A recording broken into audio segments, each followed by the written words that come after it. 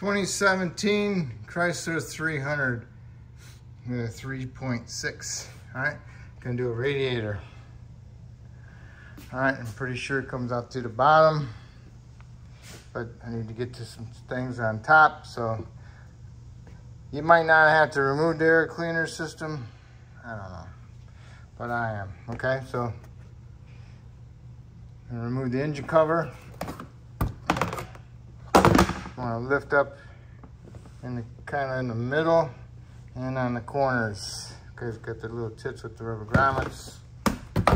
See right here and then here in the middle. All right. So once you do that, that's fine. Then you need to do is remove this part because I need to get over here a little bit. Okay. So I need to get this piece up, so I need to undo this hose clamp. I'll undo this hose clamp, and there's something I'm feeling somewhere. Oh, there's another grommet right there on the tit, okay? So we'll undo those 2 hose clamps, or even just take out the 4 bolts. 1, 2, 3. 3 bolts out of here. Take this one off.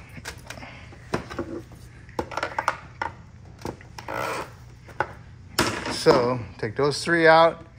These are 8s. Lift this part up and then that part, and another clip over there, another tit.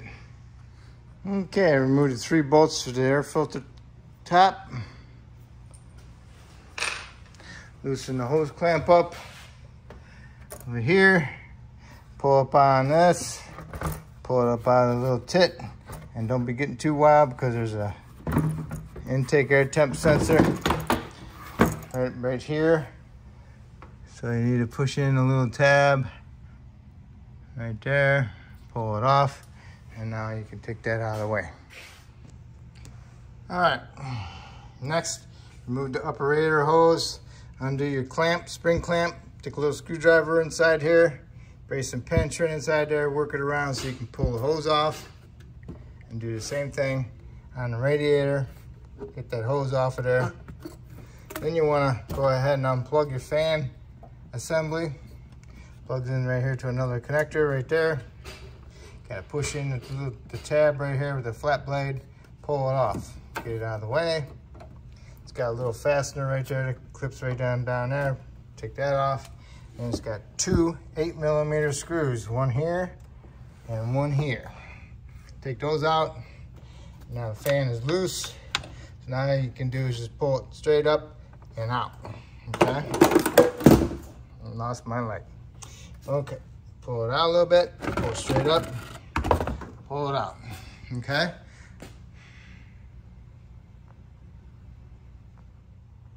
All right. Next thing to do is remove the lower radiator hose clamp and remove the lower radiator hose off the radiator, okay? Get your drain pan underneath there so you can catch the fluid. All right. And next I'm gonna do is raise it up and see what's happening underneath. Okay, underneath now you need to remove this underneath panel, because you need to take off the radiator support, okay? And it's got how many screws there? Take out 2, 4, 6, 8. Took out 8 7mm screws from the front, okay? And then it had 3 them fasteners, 1, 2, 3 in the center. And then it's got 3 more fasteners right here on the sides and the wheel well. Sides and the wheel well, same thing on this side, 3 on this side. All right. And I think I had one there underneath, and I know they had one there, okay? So I'm gonna finish taking these 3 out over here so I can get this paneled out. You can take this panel down too. And that's got 4 10mm screws in it. One there, one there, one there, and one there. Okay. And this thing does hold coolant, so you're gonna get your arms wet.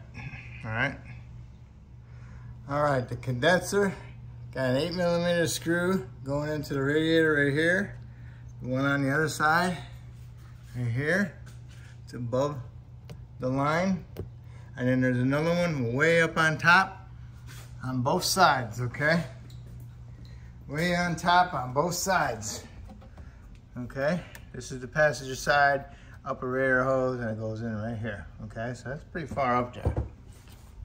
So I'm gonna try lowering down my radiator with my support and see if I can get better access to it. Because the condenser, freon lines, and trans cooler are all attached to that condenser, okay? So, let's see. All right, here's the radiator support. Held on with 2 screws, 2 bolts on each side.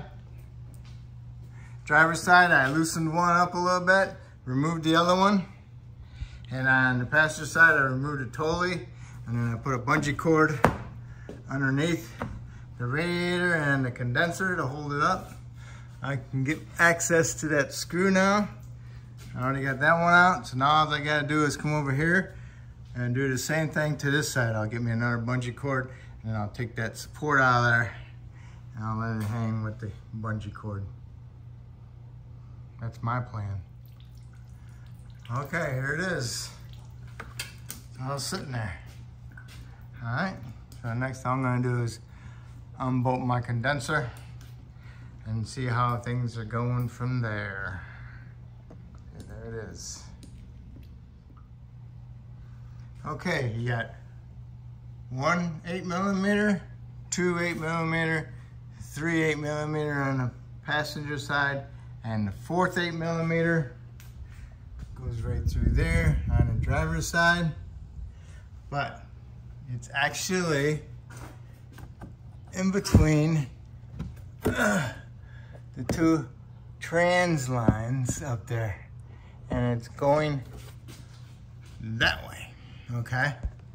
So you need to get your socket in between the 2 trans lines and get on that screw that way. Okay, I bungeed this inner panel out of the way so I could actually see up in here, okay? And then I used like an 1.5 inch extension, 1/4 inch drive with a 8mm swivel socket. And I got my bolt out. So now I'm gonna fish my radiator out and leave my condenser up in there and then fish my new one inside there and get that started, hooked up. Okay, got them out. All right, make sure you check out the upper mounts on these to get the idea. There's a mount up on top where they go. So you want to look at those to see how they look like. There it is, right there. Right there, there's one there. And there's one up here on top, some of them above me. So you want to look at those. And I got this upper strip on the radiator. I'm gonna leave the lower one off so I can slide the radiator up in there and I don't have to jack with that. At the same time, I'll put that up in there after I get the radiator mounted to the condenser.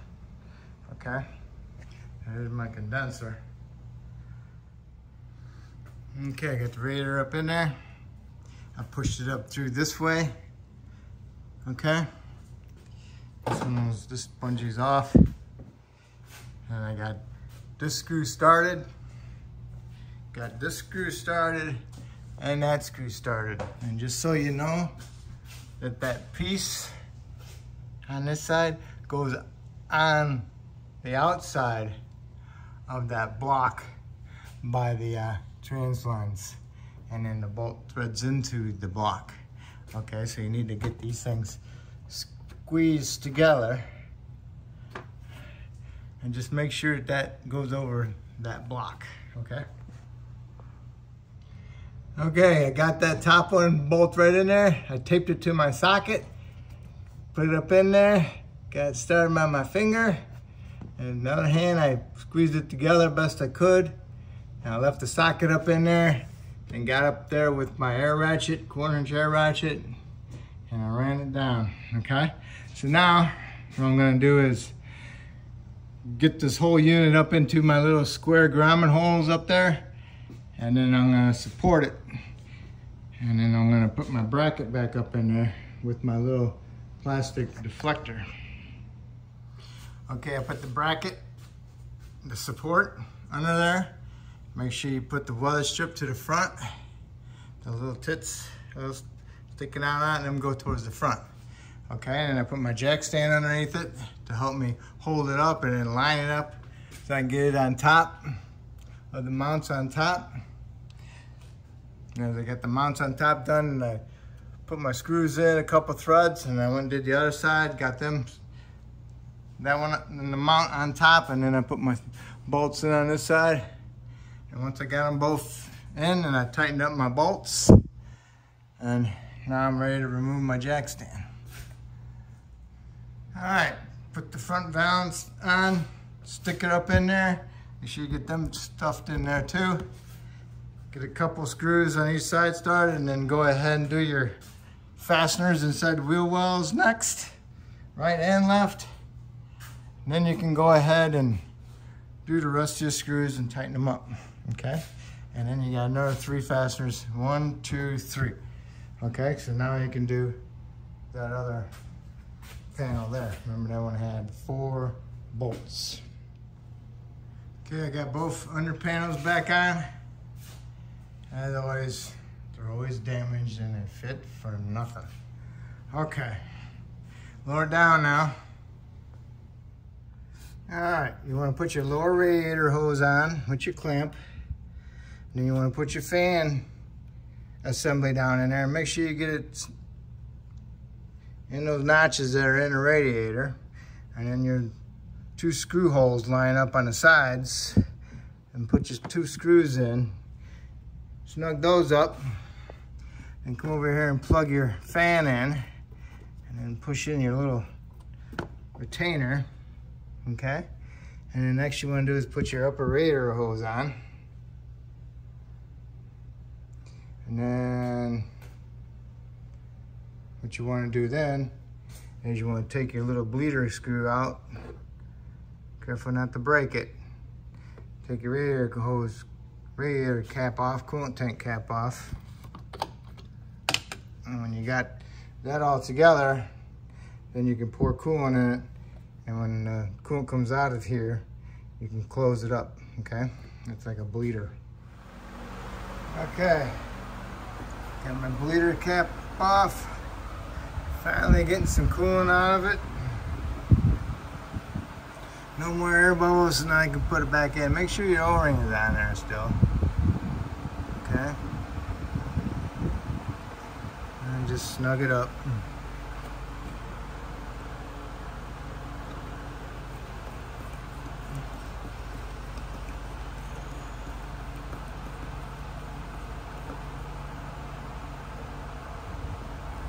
Okay, and then clean it off.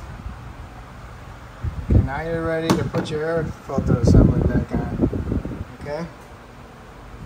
And don't forget to put your cap back on. Okay, you got your upper filter housing on, you got your 3 screws tight, you got the upper part tucked in there. Got your hose on there for your breather. Got the hose clamp on the throttle body. You got this grommet pushed into that nipple. Don't forget your air intake sensor. Plug that in. Alright. And next you got your engine cover, a little bit of lube in your grommets. Flip it over.